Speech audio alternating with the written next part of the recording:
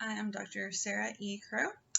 And first, before I get into the bulk of the content of this video, I would just really like to thank every single person who either left a comment on one of my old videos or who liked or subscribed to any video, to my channel, anything, to anyone who sent me a message through my email at empathagain@gmail.com, which basically is the name of this channel, Empath Again, and then just at gmail.com. And I'll even put that email address at the bottom. I've had a few people asking me questions just in general about breast cancer, and then also just about my life. So I just really wanted to thank people for that, because I really haven't advertise very much or anything or at all lately, so for this channel, so to have people finding it is amazing. And if you could just continue to comment and everything, then I will definitely get back to you. I am a little slow in getting back to it right now, but there's been a lot going on in my world. The first thing I'll talk about, I guess, is actually that crazy stuff that's been going on in my world, because it leads into a lot of the things that I want to say, which are basically going to be kind of going back to the basics. And what I mean by that is back to the basics. And it goes to, if you first find out you have a cancer diagnosis, not even just necessarily the first time, but sometimes you're not done after the first time that you find a doctor or you find an oncological team. I have had to see many different doctors, and I want everyone to know that you do not have to be stuck with the first doctor you see.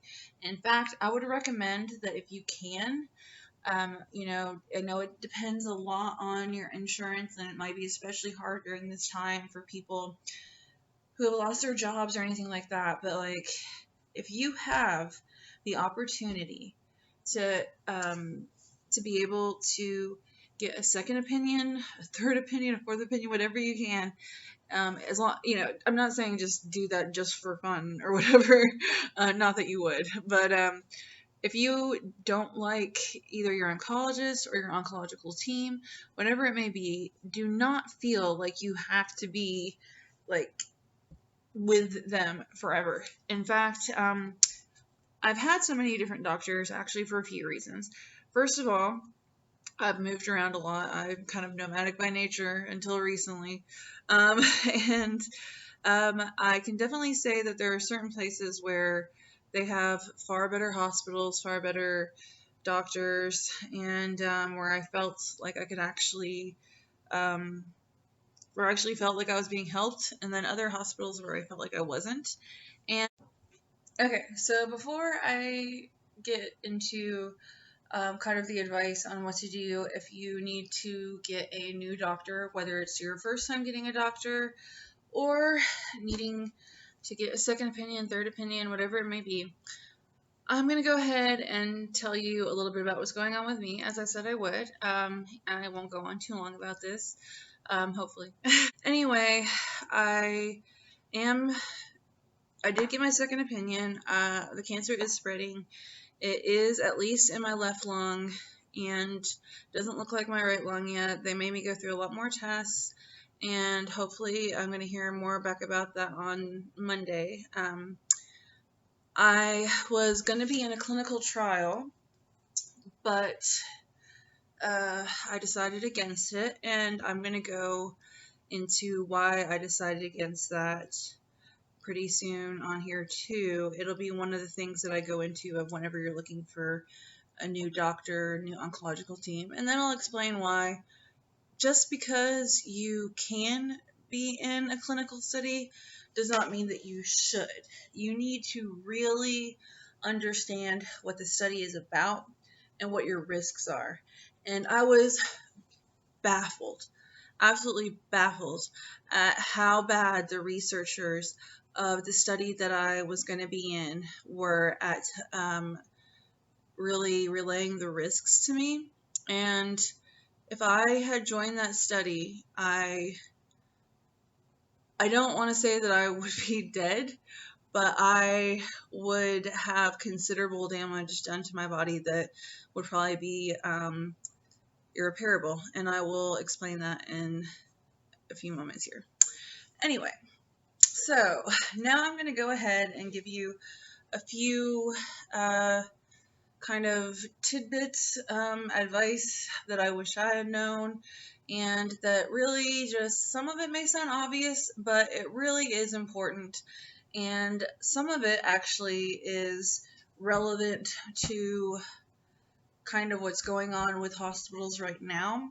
I don't know about all countries by any means, and even all states, but I know that here in Kentucky, the hospitals will make anyone that comes in have to get their temperature taken, and they'll write it'll be like you'll get like a visitor tag, and they'll write your temperature on it.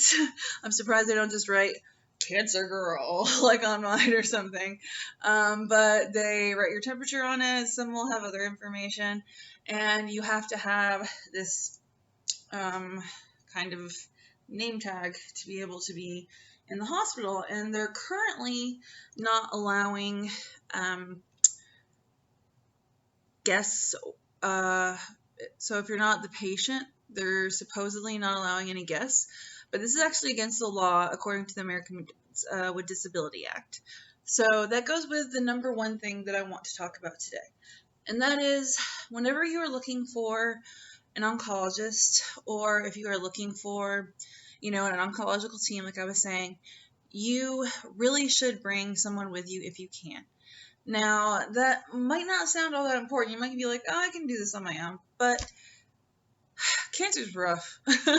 I'm going to just tell you that straight out. Like, I am a really determined person. Like, you could ask any of my friends before cancer, like, even with cancer, just like, you don't seem like you have it. Like, like, how do you, have cancer and have more energy than us, even though that's starting to fall. I'm getting way exhausted. Even what I just said, I'm getting way exhausted. Shows you how exhausting this process has been for me, especially lately. And also just my anxiety has gotten a lot worse with just knowing that the cancer is currently spreading. But anyway, I want to keep on giving information to people, and I want to be able to get the scientific information out soon too. But right now it's more just advice. Anyway, so I would advise everyone to bring someone with them for a few reasons. First of all, like I said, cancer is rough, and you do not know how that first, especially, time with your, really you can treat it like an interview, I say, with an oncologist will be. You might not remember everything, and also just and I'm not going to say that this is true of all oncologists or of all hospitals or anything like that. I'm not trying to say that all are like this by any means, but there are plenty of places where you get treated very differently if there's another person in the room. And this can be true for many things, not just for cancer. So I would stress, if there is something that you have that is really huge and you really don't know much about it and you want to know if this is the best idea for you, bring someone with you who you trust. So I have been trying to bring my mother, and I found that a lot of places at first, with the whole current virus situation, as I said, a lot of hospitals are not really letting guests or anyone come in that's not purely a patient. And I guess it's supposed to be in the name of not spreading, whatever. But I'm not saying that the virus does not exist. Actually, yeah, I had it. If you watch one of my earlier videos, and I got it from a hospital. So I guess, yeah, there is definitely some danger in going to the hospital. But, you have to wear a mask anyway throughout the hospitals, and the only reason why I caught it was because I was in the ER in a place where, for some reason, at the University of Louisville Hospital, they don't really feel the need to wear their masks, not correctly at least. It was very disturbing. That's also, if you watch some of my earlier videos, where I'm still having trouble with this arm, the lymphedema, not just anyway. So like I was saying, it's super important to bring someone with you that you trust if you can. I know not everyone can, and especially depending on certain times, you may not be able to bring someone, but if you can bring anyone, whether it's a trusted friend, a family member, anything like that, you really should. And I was bringing up to you that in many hospitals right now, I started saying it, I didn't finish. Basically, due to not wanting to spread the virus, they even though so many precautions are being put in place, if you're not going to like the ER or a room where, if you're just going to the cancer center, you're not likely to catch it, really, I would think. Anyway, so if you do not want to go by yourself, you do not have to go by yourself. At first, you'll be met with some resistance, but just bring up that the ADA, the American with Disabilities Act, states that you are allowed to have your caretaker with you, and is it against the law for them to not let you have your caretaker with you whenever you go to your appointment? And if you do this, it it works. Like, and it's true, first of all, that it is against the American with Disabilities Act. But also, just like, I was just amazed at like how quickly, like, at first this woman was just like, you're gonna have to go, like, to my mom, was like, you're gonna have to go leave the building and go to your car and wait outside for, who knew how long this was like my second opinion visit. It was obviously going to be somewhat long. And so I was like, actually, she's my caregiver, because my mother is considered my caregiver, just because if things do get worse with my situation, and whenever they were really bad, at one point when we thought for sure that I was going to die, she was taking care of me, and she will. But essentially, your caregiver doesn't have to be like, oh, they wait on you hand and foot and everything. Like, your caregiver, my mom's my caregiver because she takes me to my appointments. I wouldn't be able to make it to all mine without her. And she is, I have her there because I've had doctors and nurses and other healthcare professionals in certain places where I was treated in just horrible ways that I know for a fact would not have happened if someone else were in that room. And things change, you will have different questions. And one thing that you really want to make sure is that you feel comfortable talking with your oncologist. And if you have, really, when it comes to the different interdisciplinary kind of approaches on having different people a part of your team, it's really good to be able to get a hold of a proper social worker, an oncological social worker. So, but these are not all created equal. Oh no. Another very important thing when you are looking for a new oncologist, a new oncological team, is to make sure that they actually will answer your questions in a way that you understand them. And so I'm really worried about it, and I'm not on anything for it. I mean, well, I had some of the hormone blockers left, so I was just like, I'm just going to keep what I had from my old doctor and keep on taking those, because I think it was one of the researchers. I was on the phone, so I don't know if it was a researcher or the nurse. But whenever I talked with her at one point, she was just like, well, you're not going to be able to get another appointment with the doctor anyway for a while, so why not just be in the study? Why not just be in it? I mean, you're going to be on nothing for a while anyway. And I'm like, are you freaking kidding me? Kind of like soft force, kind of like, oh, well, you're not going to be able to anyway. And like, a lot of people would listen to that. A lot of people would be like, well, yeah, it can't be that bad. But first of all, yeah, it can. 2 full weeks of my cancer just running rampant? No, no way. And I also, I don't know if it was very early on, but at some point pretty early on, I had stage 4 I, for some reason, had to be off of hormone blockers for either a week or 2 weeks. It was something within that range. And in that short amount of time, it spread fast. Like that's whenever everything went, like I said, like in my skull and down through my leg and everything. And so it's like, I've already had an experience that was really extremely scary where my cancer spread exponentially because I wasn't on any sort of hormone blocker. And it was for a very short period of time. And I'm not going to do that to myself. I'm simply not. So you need to really look through what they're asking of you. And the reason why I would have to be off of the hormone blockers for 2 weeks is a standardization issue. So it's not because it would do anything good for me. Nothing.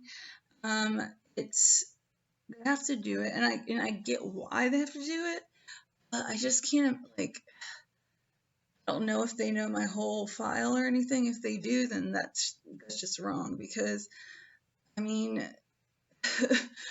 try to coerce someone into just because you need people in your study. It's not even for a cure or anything because we're not close to a cure for breast cancer. It's really pathetic. It's just something that will probably, like many other oral chemo, probably is really what it would be. That will maybe work a little bit better on some people because they affect women differently, different women differently and different men and everything, so I would have to literally knowingly damage my body for 2 full weeks straight. And then once it's already damaged, knowing it every single day, then maybe it would help me get better after that point. So it's like, why not just stay at where I'm at and hopefully on a new medication that makes me better? Since a lot of, oh yeah, there are some instances where even if you can get into it, it's a horrible idea. So just the narrative is just like, if you can get in it, get in it. Oh my God, you actually fit the criteria, go join it. And that's not the way it should be, and I don't know why it is that way. I don't know if it's just because, yes, we do need those clinical trials to be able to have newer medications, but we're just turning out like only slightly better medications each time. And we really need to just, I don't know. I am baffled by how behind we are with breast cancer compared to other cancers and just compared to every other disease. It's just, people were doing double mastectomies to try to get rid of breast cancer back in 1895. 1895, okay? And you can get a double mastectomy and still end up, having your cancer reoccur. I did, and many people do.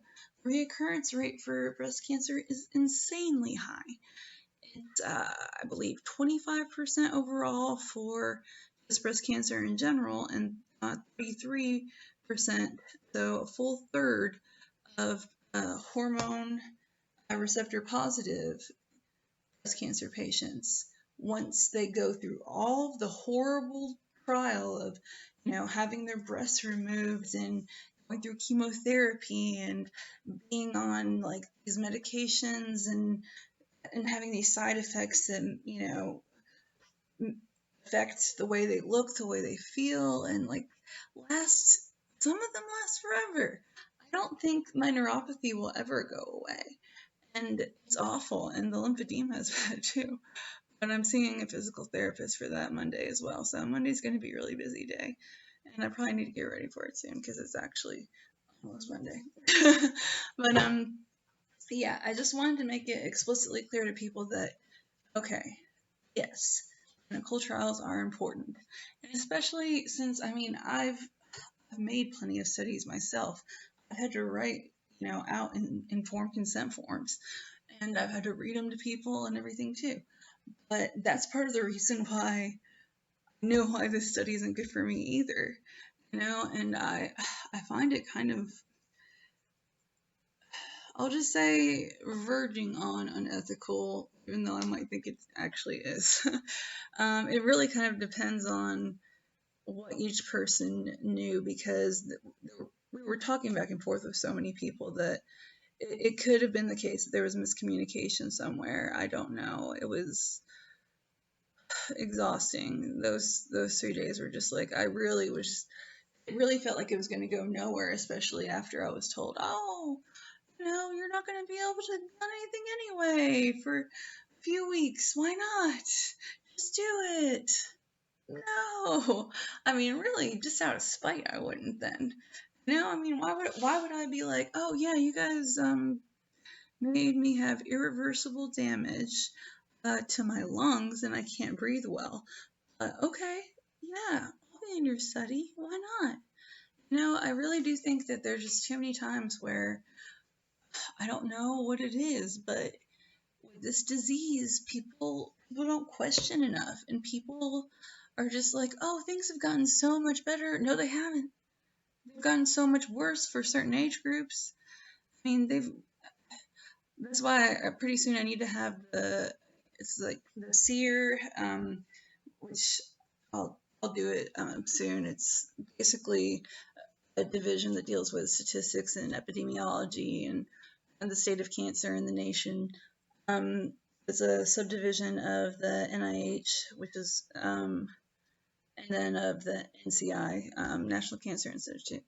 So it's basically the USA's big statistics and epidemiology kind of where we look to for trends and for guidance and whether we're making progress or not.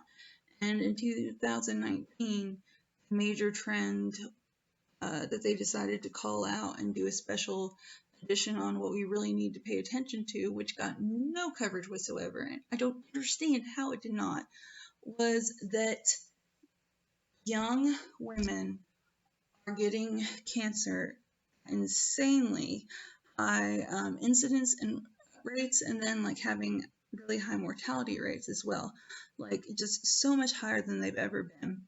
And it's well, actually, it is solely due to breast cancer. I mean, yes, women, of course, get different cancers as well, and men get breast cancer as well, too. But the amount of young women getting breast cancer, it's unheard of. It's nowhere near what it used to be decades ago. Like, why are things so much worse after, a few decades of, all this, Inktober stuff. It's ridiculous. It's almost like it's literally just like some sort of like breast cancer pride parade or something, instead of a reminder that, so many people are dying, I mean, there's thousands and thousands of people that die each year from it. And yet people act like no one does.